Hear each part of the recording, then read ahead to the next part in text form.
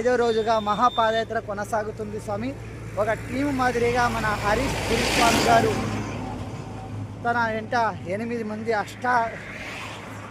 అష్టశక్తులుగా 8 మందితో మహాపాదయాత్ర పాల్గొని ఎంత కష్టమైనా నడుస్తానని భగవంతుడు స్మరిస్తూ అందరినీ క్షేమంగా గమ్యం చేర్పిస్తూ రోజు స్వామి స్మరణిస్తూ అందరితో కలిసి వాళ్ళ కష్టాన్ని చూసుకుంటూ మహాపాదయాత్రగా నవ్వుతూ ఆనందంగా తీసుకుని వెళ్తున్నాడు స్వామి మన హరీష్ స్వామి గారు. ఎందుకంటే మనసు మహాపాదయాత్ర అంటే మహాయజ్ఞం లాంటిది. ఇలాంటి మహాయజ్ఞంలో అందరూ కలిసి మలిసి అందరితో రావడం అంటే చాలా గొప్ప విషయం స్వామి. తాను నడుస్తూ ఇతరులను నడిపించేది మన హరీష్ స్వామి గారు. చాలా సంతోషంగా ఉంది. ఇలాంటి వాళ్ళతో నేను మహాపాదయాత్ర చేస్తున్నా. ఎందుకంటే మంత్రిని మంత్రపూరించి బంధం ఎలాగంటే నన్ను ఎవరో తెలియనప్పుడు నన్ను ఆదరించినారు మంత్రి నివాసులు, అలాగే హరీష్ స్వామి కూడా.